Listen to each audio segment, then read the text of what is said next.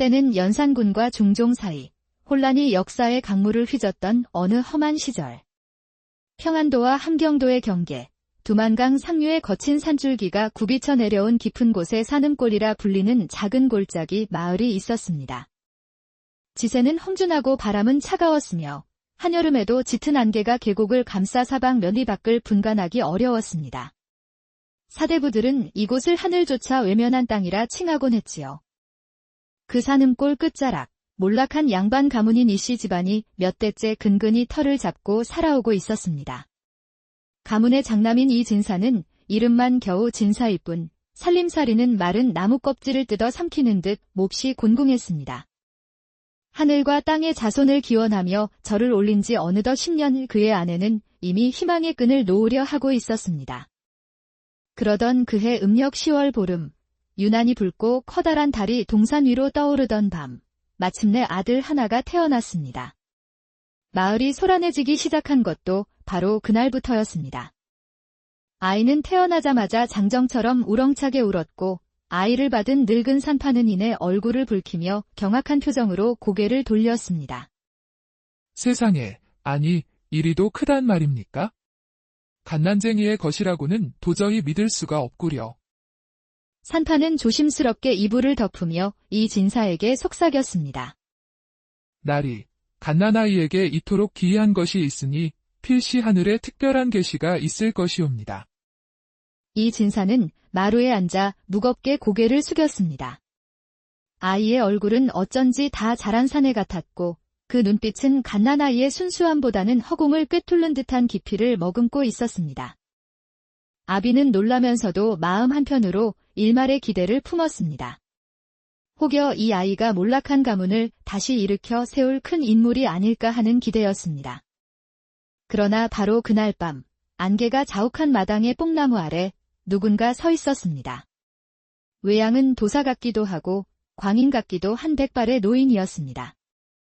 그는 허름한 도포자락을 펄럭이며 문을 두드렸습니다. 갓난아이를 얻었다 들었소. 이 진사가 문을 열자 노인은 아이를 보자마자 그 앞에 무릎을 꿇고 을조렸습니다.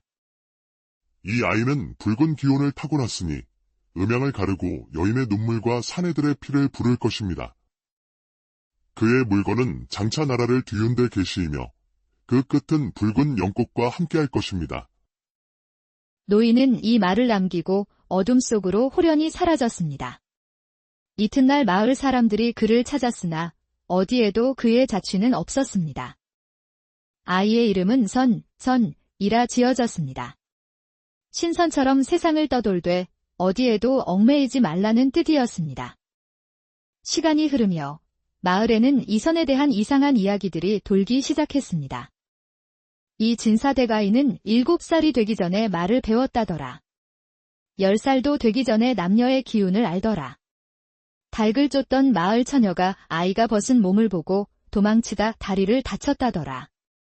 그 아이는 마치 한 사람 안에 두 존재가 공존하는 듯 했습니다. 한편으로는 천진난만했고 다른 한편으로는 여우의 혼이라도 깃든 듯 능청스럽고 눈치가 빨랐습니다. 어느 날 밤 마을 어귀에 장터가 서고 모두가 떡과 술을 나누며 흥을 돋울 때 이선은 홀로 장독대 위에 앉아 하늘을 올려다보고 있었습니다. 아버지, 저는 나중에 천하의 여인들을 모두 울릴 것입니다. 이 진사는 아들의 당돌한 말에 놀라 뒤를 돌아보다가 그저 헛웃음을 지으며 말했습니다. 그 전에 글이나 제대로 익히거라. 그러나 그의 말끝에는 어쩐지 묘한 떨림이 섞여 있었습니다. 예언은 이미 시작되고 있었습니다. 평안도의 봄은 더디게 찾아오지만 산음골에는 유난히 매화가 먼저 피었습니다. 그의 봄, 이선은 키가 벌써 아버지 어깨에 닿았고 얼굴은 고운 선비상이었으되 그 눈에는 짐승의 교활함이 엿보였습니다. 그는 누구보다 글을 빨리 익혔고 활쏘기와 말타기에도 능했으며 묘하게 여인들에게 사랑받았습니다. 장터를 지날 때마다 여인들 사이에서는 수군거림이 끊이지 않았습니다. 어머, 저 도령은 네 집 자제야? 꼭 한양에서 내려온 것 같네. 이 진사댁 도령이라네. 저 매끈한 몸매 좀 보게나. 산음골에서 멀지 않은 읍내 고을을 다스리는 박현감에게는 서연이라는 이름의 딸이 있었습니다. 수려하고 기품 있는 얼굴에 늘 백색 저고리와 연보랏빛 치마를 입고 다녀 사람들은 그녀를 백년이라 불렀습니다. 아버지 박현감은 엄격하고 학문 높은 선비였지만 서연은 또래들과 달리 호기심 많고 마음이 열린 소녀였습니다. 하루는 장터에서 우연히 이선과 마주쳤습니다. 이리 좀 비켜주시겠소? 이리 고우신 분이 앞에 계신 줄 알았더라면 먼저 길을 내었을 것을요. 그 한마디에 서연의 얼굴은 복숭아빛으로 붉어졌고 이선은 짐짓 모르는 체하며 지나쳤습니다. 그날부터 서연은 괜스레 읍내 장을 자주 보고 이 진사댁 앞을 지나다녔습니다. 이선도 그 시선을 모를 리 없었습니다. 하루는 마을 어귀, 계곡이 내려다 보이는 돌다리 위에서 그 둘이 마주쳤습니다. 바람은 연초록 버드립 사이로 흘렀고 새들은 짝을 지어 노래했습니다. 도령, 참으로 말씀을 잘하시옵니다. 지난번엔 제게 호의를 베푸셨지요. 그것은 호의가 아니라 마음이 움직였던 것이오. 서연의 눈이 흔들렸습니다. 그 눈동자 속에 두려움과 설렘이 뒤섞여 있었습니다. 그날 두 사람은 아무 말 없이 해가 질 때까지 하늘을 올려다보았습니다. 며칠 후 박현감이 관하로 나간 틈을 타 서연은 몸종을 시켜 이선에게 짧은 편지를 보냈습니다. 밤이 되면 뒷산 정자로 들러주시겠습니까? 낭자께서 함께 달을 보고 싶다 하십니다. 그날 밤 정자에는 달빛도 숨을 죽인 듯 고요했습니다.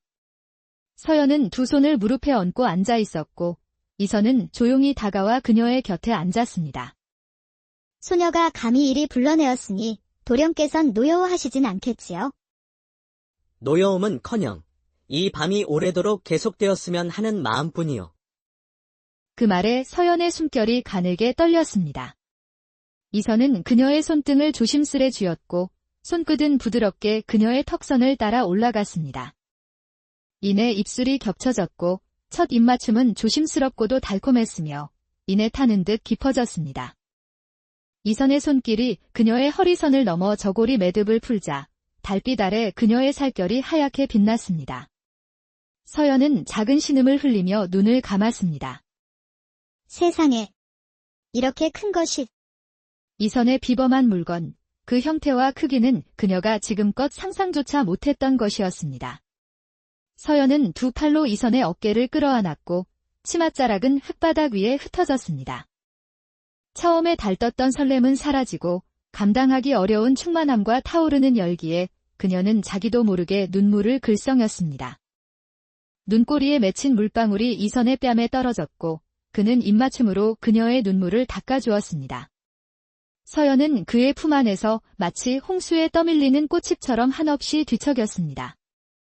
긴 밤이 지나고 동쪽 하늘이 밝아올 무렵 서연은 이선의 도포 안에서 몸을 말고 낮은 숨을 쉬며 말했습니다. 이 밤은 소녀의 일생 중 가장 깊고 뜨거운 밤이었사옵니다. 아직 그대의 밤은 시작에 불과하오. 그러나 마냥 달콤한 밤만은 아니었습니다. 정자 옆 숲에는 박현감의 종인 돌쇠가 매복하고 있었습니다. 그는 서연의 낌새를 눈치채고 주인에게 보고했고 그날 밤 이후 이선의 가문에는 재앙이 닥쳐왔습니다. 박현감은 관아에 이선을 하늘의 음양을 어지럽힌 아이라고 고발했고 마을은 발칵 뒤집혔습니다. 이선은 더는 산음골에 머물 수 없었습니다. 그날 밤 아버지 이진사는 이선에게 도포 한 벌과 묵직한 은화 한 봉지를 안겨주며 말했습니다. 선아, 이곳은 더 이상 너의 자리가 아니다. 한양으로 가거라. 너의 기이한 운명이 어디로 향할지 이 아비는 더는 알 수가 없구나. 새벽녘 이선은 산음골을 떠났습니다. 뒤를 돌아보지 않았습니다. 그의 길 위에는 안개가 드리웠고 산 너머에는 한양이라는 거대한 무대가 그를 기다리고 있었습니다. 한양은 산음골과는 완전히 다른 세상이었습니다. 사방에는 갓을 쓴 선비들이 넘쳐났고 기방의 창가에선 웃음소리가 끊이지 않았습니다. 그 거리 한복판에 검은 도포를 걸치고 갓을 푹 눌러 쓴 이선이 서 있었습니다. 20해를 넘긴 그의 눈빛은 억눌린 본능으로 번들거렸습니다. 그는 먼 친척인 강도령의 소개로 조선 제1의 기생들이 모인다는 기방, 청풍루를 찾았습니다. 강도령, 요즘 이 집엔 누가 제일이요? 하, 두말하면 잔소리지요. 요즘은 단연코 홍련이 아니겠소. 불 속에서 피어난 붉은 연꽃이라 불리우지. 그 순간 문이 열리며 붉은 치마자락이 휘날렸습니다. 걸음마다 은방울 소리가 울렸고 그 고운 발끝은 마치 물 위를 걷듯 가벼웠습니다. 그녀는 옷같이 맑은 피부에 선홍빛 입술, 그리고 한눈에도 드러나는 기묘한 유염함을 품고 있었습니다. 홍련, 그 이름처럼 그녀는 불 속에서 피어난 연꽃이었습니다. 이선과 홍련의 눈빛이 마주쳤습니다.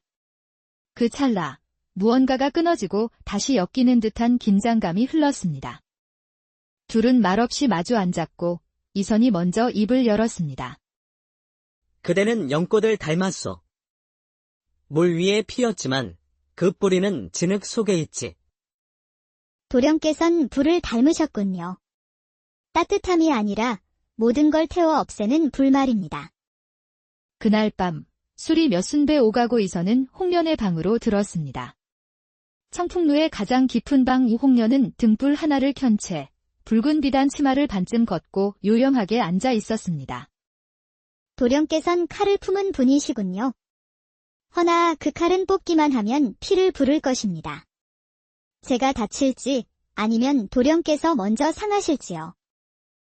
뽑기 전에 칼을 갈아줄 이가 그대라면 그깟 상처쯤은 감수하지. 홍련은 고개를 젖히며 눈을 가늘게 떴습니다. 그녀가 치마끈을 느리게 풀자 속적삼에 감춰진 몸매가 하얗게 드러났습니다. 이곳에 입술을 댄 사내는 많았지만 정작 여인의 숨결을 끌어낸 이는 없었답니다. 도령께서 첫사람이 되어주시겠습니까? 이선이 도포를 벗는 순간 홍련의 눈빛이 바뀌었습니다. 그녀는 자신도 모르게 숨을 삼켰습니다. 처음 그의 몸이 파고들었을 때 홍련은 그 어떤 손님에게도 흘리지 않았던 진짜 신음을 터뜨렸습니다. 그의 움직임은 느리되 깊었고 격정 속에서도 계산된 야수 같았습니다. 아, 어찌 이런 것이 사람의 몸이라 할 수 있나요? 이선은 웃지 않았습니다. 그는 진중히, 그러나 거칠게 움직였습니다. 홍련은 처음으로 사내 안에서 침몰하는 느낌을 알았습니다. 그날 밤, 방 안의 등불은 끝내 꺼지지 않았고 창호지는 땀으로 흠뻑 젖었습니다. 이튿날 기방의 하녀는 침상 위에서 숨을 몰아쉬는 홍련의 말을 들었습니다. 그 사내의 물건은 단순한 물건이 아니라 운명이다. 그들의 사랑은 불처럼 타올랐으나 기방의 등불은 오래도록 밝을 수 없는 법. 한양판서 조만석과 대행수 장성문은 홍련을 차지하기 위해 음모를 꾸미기 시작했습니다. 그 홍련이라는 기생이 요즘 젊은 사내 하나와 들끓는다지. 들끓다 못해 아주 화상을 입었을 겁니다. 나리. 듣자 하니 그 젊은 놈 물건이 기이하다던데요. 물건이 크면 뭘 하나, 머리가 작을 테니. 오늘 밤, 그 사내를 치워라. 홍련은 우리가 나눠 가질 것이다. 그날 밤, 홍련은 이선의 품에서 나지막이 속삭였습니다. 오늘 밤 아무도 믿지 마십시오. 이 기방조차도요. 말이 떨어지기 무섭게 방 뒤쪽 미닫이 문이 소리를 내며 열렸습니다. 내 놈이 이선이냐? 쇠막대기를 든 사내들이 달빛에 번뜩였습니다. 그들은 조 판서의 수하들. 이선은 도포를 추스르며 일어섰습니다. 기방에 무기를 들고 오는 법은 없지 않은가? 기방에 들끓는 놈은 사내가 아니라 쥐새끼니까. 사내 하나가 덤벼들자 이선은 옆에 있던 닭이 쟁반을 들어 그의 이마에 내리쳤습니다. 피가 튀었고 두 번째 사내가 쇠막대기를 휘둘렀습니다. 이선이 몸을 비틀어 막대기를 잡은 채 사내를 벽에 처박는 순간 마지막 사내가 등 뒤로 덮쳤습니다. 그러나 홍련이 도포끈을 풀어 그 사내의 다리를 감아 넘어뜨렸습니다. 기방이라고 이리 고운 여인이 있을 줄은 몰랐지? 이선은 그대로 사내의 배를 무릎으로 찍어버렸습니다. 방 안은 피 냄새와 향 냄새가 뒤엉켜 기묘한 향기로 가득 찼습니다. 싸움이 끝난 후 홍련은 이선에게 다가가 말했습니다. 이제 도령은 금단의 꽃을 건드렸습니다. 그 손엔 제 향기가 묻었고 그 피엔 권세의 냄새가 들었지요. 이제부턴 돌아가는 길이 없습니다. 좋소. 그대의 꽃밭이 가시밭이라면 나는 맨발로라도 들어가겠소. 그날 이후 이선은 청풍루를 떠났습니다. 그와 홍련은 한양 북쪽 장안산 너머 작은 초가집에 몸을 숨겼습니다. 두 사람은 세상과 단절된 채 오직 서로에게만 의지하며 평온한 나날을 보냈습니다. 도령, 이제는 어디도 가지 마시오. 우리 이곳에서 죽어도 좋으니 다시는 저 더러운 세상에 물들지 말아 주소서. 이선은 아무 말 없이 그녀를 안았습니다. 그의 품속엔 홍련의 체온보다 더 뜨거운 결심이 꿈틀거리고 있었습니다. 그해 늦봄, 한양 도성에 다시 피 냄새가 풍기기 시작했습니다. 도성 곳곳에 괴문서가 붙기 시작했습니다. 종이에 그려진 것은 붉은 연꽃 한 송이와 부패의 뿔이라는 네 글자였습니다. 사람들은 수군거렸습니다. 홍련의 그림자여, 이선의 글씨라지. 대오상단 창고에 불이 나고 조판서의 비리가 담긴 장부가 공개되었습니다. 그 모든 곳에는 붉은 연꽃 도장이 찍혀 있었습니다. 이선의 이름은 이제 난봉꾼을 넘어 홍련객이라 불렸습니다. 붉은 연꽃을 남기고 사라지는 자, 권세가의 장부에 구멍을 내고 백성의 말문을 여는 자, 그의 전설이 시작된 것입니다. 마침내 새로 부임한 금부도의 이교위가 군사들을 이끌고 장안산의 초가집을 덮쳤습니다. 내 놈이 이선이냐? 관청을 모욕하고 유언비어를 퍼뜨린 죄, 당장 밧줄을 받으라. 이선은 웃었습니다. 그는 홍련이 건네준 은장 비녀를 품에 품고 있었습니다. 내 죄가 있다면 모두 한 여인을 지키기 위함이었다. 하지만 그 죄의 시작은 칼이 아니라 당신들이 숨긴 장부 한 장에서 시작된 것이다. 그날 장안산 골짜기에는 15구의 시신이 흩어졌습니다. 한양의 가장 잔혹한 사내가 가장 아름답게 죽은 날이었습니다. 이선은 마지막 칼을 품에 맞으며 품고 있던 은장 비녀로 이 교위의 목덜미를 찔렀습니다. 컵. 그 여자는 어디 있느냐? 이선은 마지막으로 웃으며 속삭였습니다. 그녀는 나보다 오래 살았. 나를 이야기로 만들 것이다. 그 말과 함께 그는 고요히 눈을 감았습니다. 잠시 후 초가집은 불탔고 홍련은 어디에도 보이지 않았습니다. 얼마 후 한양 서문 근처 작은 주막에 새로운 여주인이 술 취한 손님들에게 조용히 이야기를 들려주기 시작했습니다. 옛날 옛적에 남다른 물건을 가진 사내가 있었지. 그 물건으로 수많은 여인을 울리고 사내를 무너뜨렸지만 오직 하나 연꽃 같은 여인만을 사랑했다더이다. 이야기는 밤을 타고 전국으로 퍼져나갔습니다. 어느 비 오는 밤, 주막 문지방 너머로 젖은 검은 도포자락이 아주 잠깐 스쳤다 사라졌습니다. 여주인은 그쪽으로 눈길도 주지 않았습니다. 다만 등잔불 심지를 돋우며 혼잣말처럼 을조렸습니다. 연꽃은 물을 탓하지 않는다 하였지요. 탁한 세상 위에 피어 맑음을 기억으로 남긴다 하더이다. 크고 단단한 것 하나로 세상을 뒤흔든 사내. 그가 무릎 꿇은 순간은 단 하나의 여인 아비였습니다. 이야기는 끝났지만 연꽃은 봄이 오면 언제나 다시